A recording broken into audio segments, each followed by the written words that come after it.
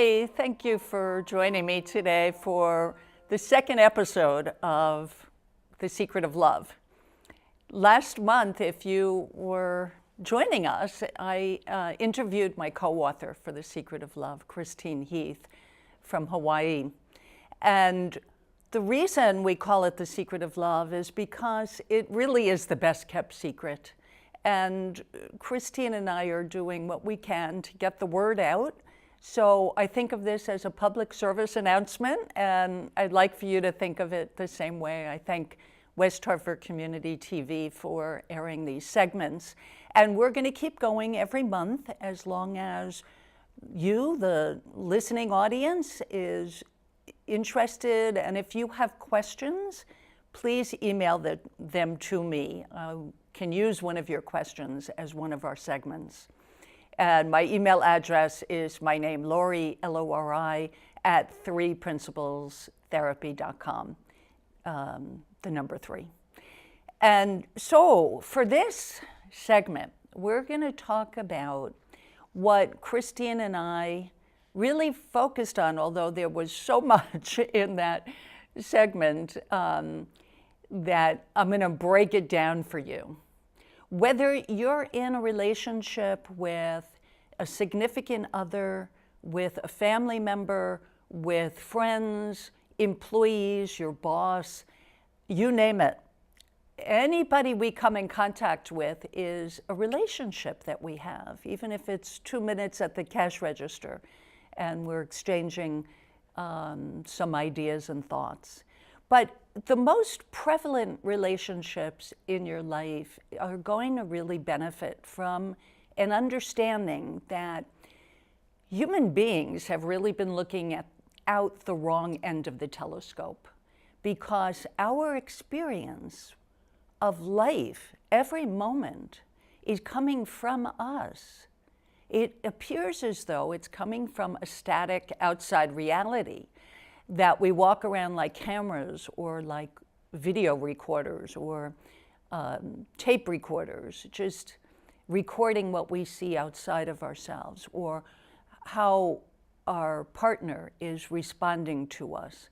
But you know, if there were 3 people or 5 people or however many people there were in the room, they would have a different experience of that event. So I want to begin with a direct quote from Sydney Banks, who was our teacher, Christine, myself, and really thousands of other psychologists, psychiatrists, educators, social workers, people from all walks of life, even people in jail, have been exposed to what this man, Sydney Banks, who's no longer alive, but he really recognized in 1973 that we have been reacting to life rather than living life. We walk around reacting to what we think of as life, but it's coming from our own filters, our own conditioned way of seeing life that we're blind to. Other people may recognize it, but we're blind to how we're perceiving things. So let me start out with a direct quote by Sid Banks. Love is a feeling that comes from the energy of all things, from the creation of all life. The feeling already exists within us. It is who we are. Love is a positive feeling. Isn't that true? I mean, if you review your life and you know that you recognize that when you're in a state of love, loving kindness, whatever term you want to use, understanding, empathy, compassion, that's all love. That's, you know, it's so simple that we miss it because we're looking for love outside of ourselves. That's what I mean about turning the telescope around. When we look for love outside of ourselves, from someone else, from a a particular job, how much money we have in the bank, or what car we're driving, or the clothes on our bodies. If we're looking for acceptance and respect and love and admiration, you're looking in the wrong direction. Look within yourself, because the picture can change on a dime. I'll give you a personal experience that I love to walk our local reservoir. If you don't know about it, it's really a gem of West Hartford, the West Hartford Reservoir on Farmington Avenue, Route 4, sort of across from John Dempsey Hospital. That park is magnificent. And I have some friends who walk the park. We'll call each other because we all have offices locally. And if we have a break, a 2-hour break in the middle of the day, we're texting walk, ? And everybody knows what that refers to, that we want to go to this serene, beautiful place and just chat and take in the beauty. And even if one of us or all of us or both of us are stressed, we step foot in nature and the stress dissolves. It's like we fall in love with our surroundings. And we'll have a parade of people walking dogs, people jogging, baby carriages, and it's as though we fall in love with these strange passersby. We might stop and chat with a mom, and we'll see a funny scene of dad bicycling with his daughter on the back with her pink helmet on. And that feeling is the feeling to look for. It doesn't come from someone else. It's coming from my own thoughts about how cute this scene is, or isn't that sweet, dad on his back, on his bike with his daughter on the back of his bicycle. It's coming from my own thoughts. Now, if the person I'm walking with didn't notice that, and they were deep in their own thoughts of something troubling that happened earlier, they're not going to have that feeling. That's the proof. And there's so many other examples to prove. I had a good friend and a colleague of mine who had to be evicted from her home in North Carolina because of the recent hurricanes and flooding. And she got to her friend's house. Actually, it was a new boyfriend in Philadelphia, I think, or somewhere in Pennsylvania. And she quickly realized that this new long-distance relationship was really not what she thought it was. But she had a lovely time nonetheless.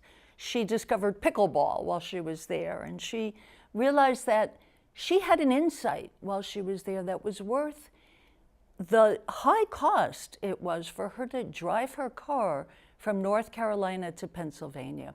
And she's a massage therapist and a life coach, so she lost her income for a full week. When you're self-employed, a week's worth of income loss, and it's not a planned vacation, can take a toll on someone. But instead, she had really a life-changing experience. She came home realizing that she had a lot of thinking about being too old to be physically active.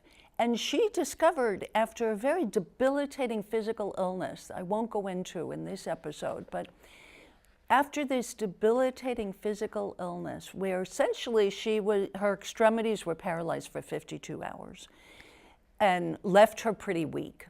She's regained use of her extremities, but she discovered she could whip a ball around, she could bend down and pick it up and run and do all these things while she was enjoying a simple pickleball game, that in her mind, she had a bunch of self-limiting beliefs that she couldn't do these things.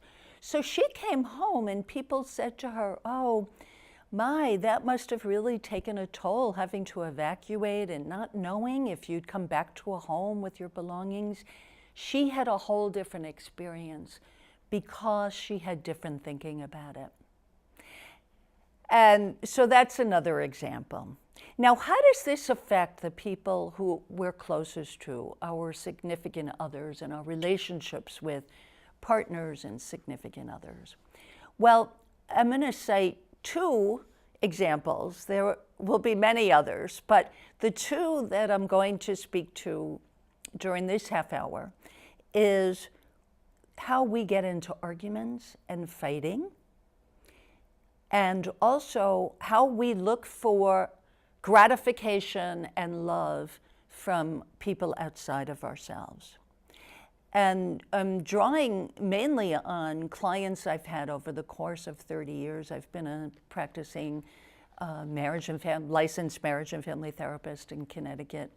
And I also have an international coaching practice where I can coach people online from as far away as British Columbia. That was the last person I spoke to. Everyone, no matter whether they're sitting in my office in West Hartford, Connecticut, or I'm speaking to them across oceans, comes down to the same problem. The problem always comes from a belief that love comes from another person.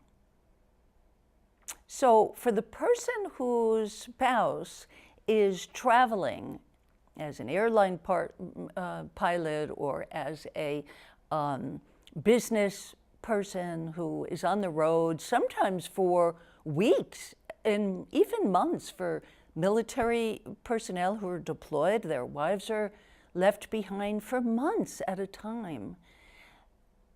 How do they remain in a state of love and able to enjoy their life? Yes, of course, they might have momentary worries and momentary negative thoughts, but when they recognize that that experience, that negative experience is coming from their own thinking, they can take a breath, a sigh of relief. Just realizing that settles us down and calms us down and brings us back to a beautiful feeling that we actually have this relationship no matter how far away they might be. And sometimes they're in the same room and they feel really far away because they're in their thinking and they're having a thought storm of negative thoughts. But when you know that this is what happens to human beings, because we all work the same way. We work according to what we call three basic principles. They are principles. Principles like the principle of gravity is always true for everyone, no matter where you are or who you are on this planet. Gravity will work the same, whether you know how it works or not. Everybody knows if they let go of something in their hand, it's going to fall. Well, we're trying to get the word out so that everybody knows that we can let go of negativity, negative thoughts. It doesn't mean that there aren't things to discuss with our partner. It doesn't mean that we're going to see things the same way. Heavens no. We have different thoughts depending on our background, depending on who we are in this moment, depending on what we're thinking in this moment. Who we are in this moment is always the same. We're always love. We're always a spiritual essence, you might say. But our personal being, our personality in the moment has to do with what we're thinking. Always has to do with what we're thinking.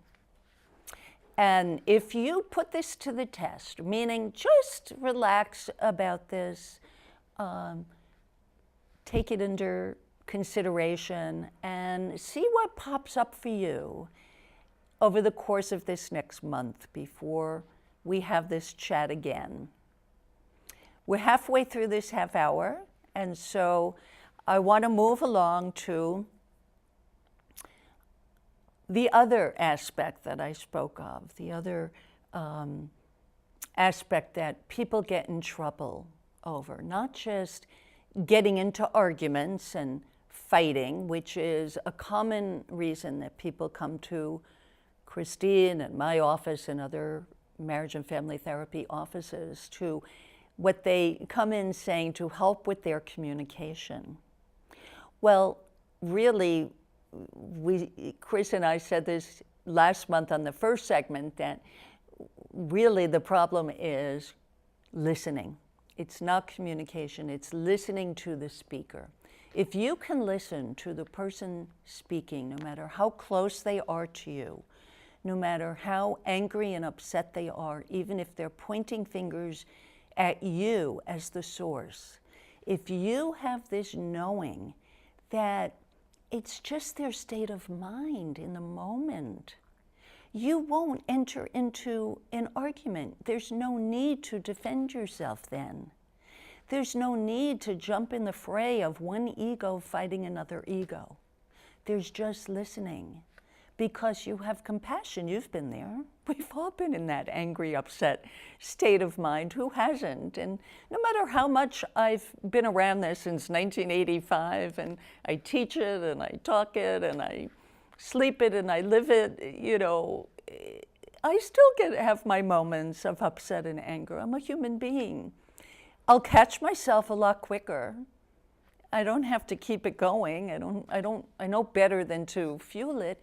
And that's what we want to share with all of you, so that you don't feed these fires. You just can stay on solid ground, calm and quiet and relaxed, with love in your heart, knowing that the person is out of sorts. And you can say that you'd really like to talk to them about it, but let's talk about it when we're both in a better state and we can really see more clearly.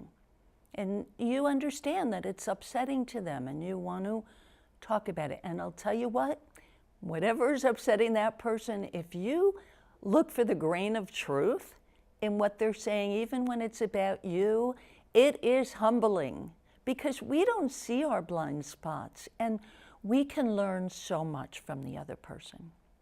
So the other point I want to address is not only that we get into fights and arguments unknowingly without this understanding, but we also get into this possessive state of mind, whether we realize it or not, expecting love and gratification from the other person will grab onto them.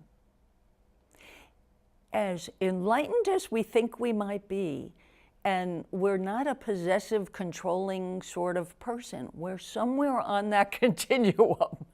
At moments we may get really possessive and controlling, and it's coming from our own insecurity when that happens.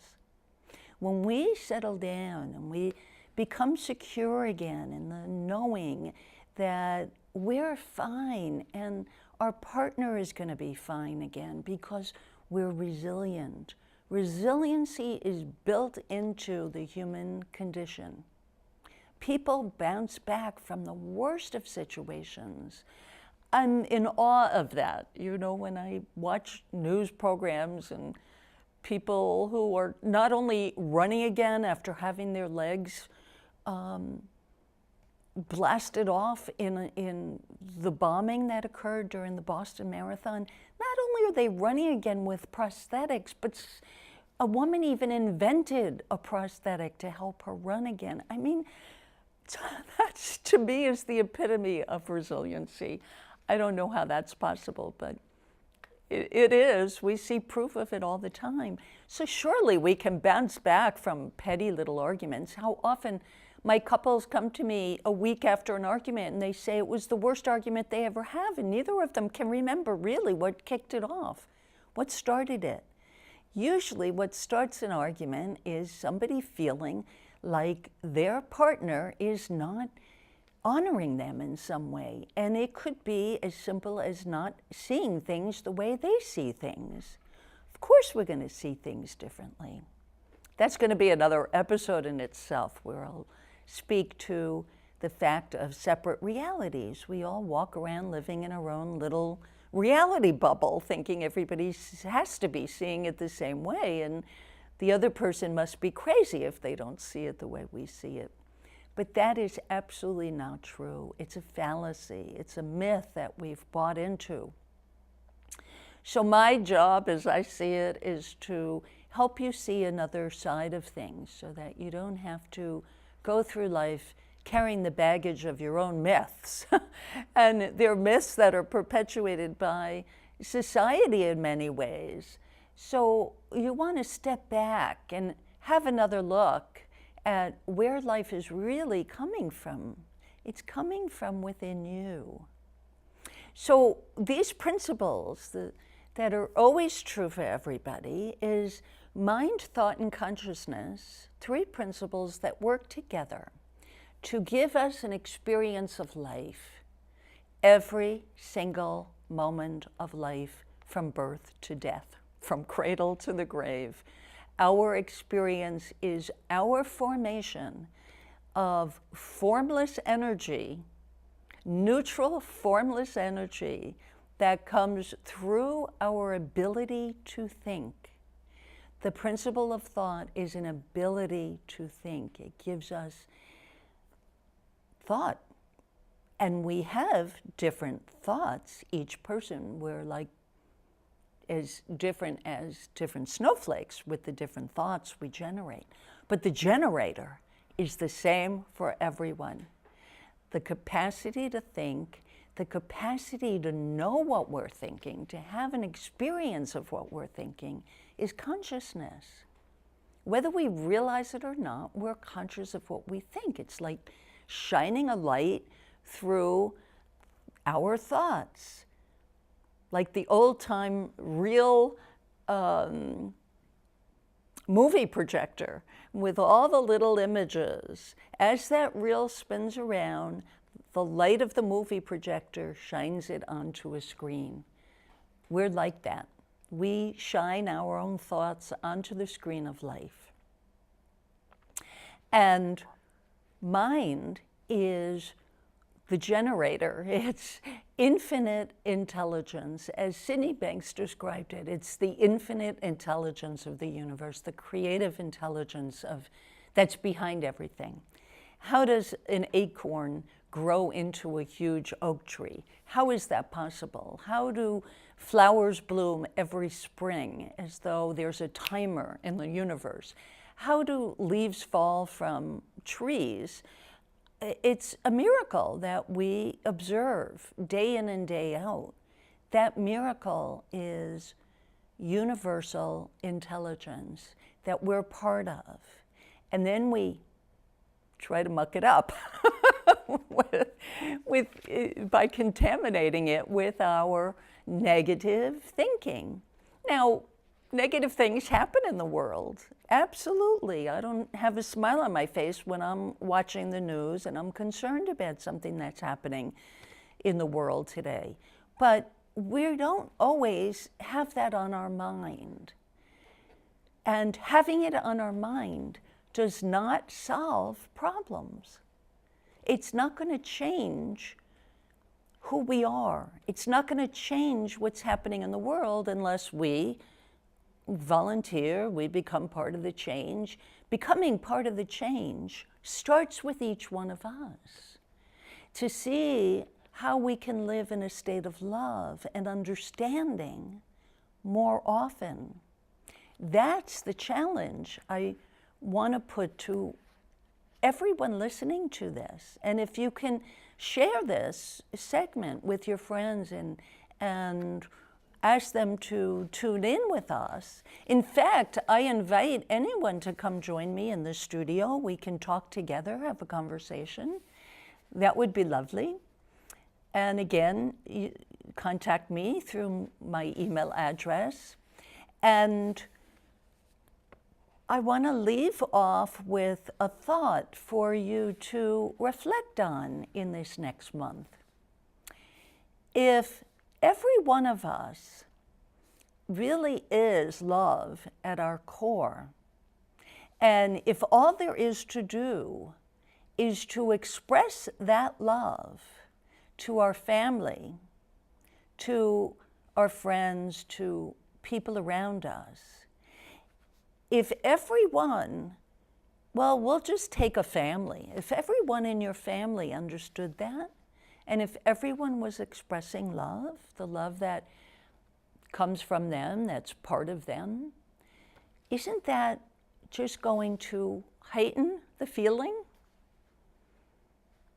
It's a question for you to reflect upon and consider and check it out.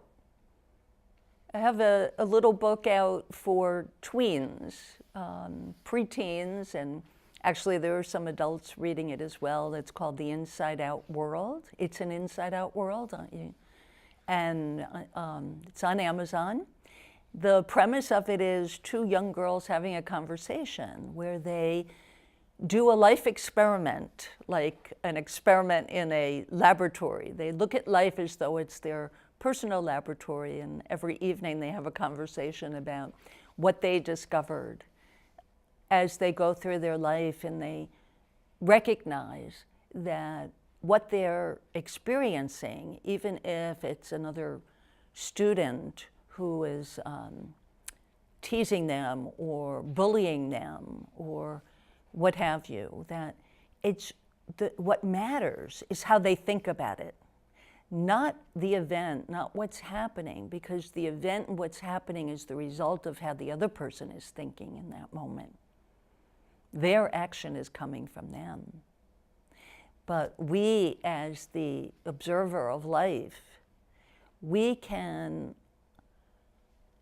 come from the most positive behaviors when we let our thinking settle down, when we allow ourselves to just relax into a feeling of loving kindness and compassion and understanding. And that's true even for the person who's bullying you. I've witnessed that on several occasions, in fact, where a student is being bullied and, they might come back with even a humorous comment. I had a friend growing up who would say, well, thank you, that's a compliment where I come from.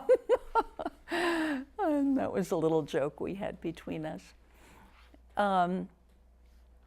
So again, I'm going to leave you with this quote from Sydney Banks. It's kind of a bookend on either end of this segment. Love is a feeling that comes from the energy of all things, from the creation of all life. The feeling already exists within us. It is who we are. Love is a positive feeling. Sydney Banks. Thank you for joining me, and I hope you'll join me next month.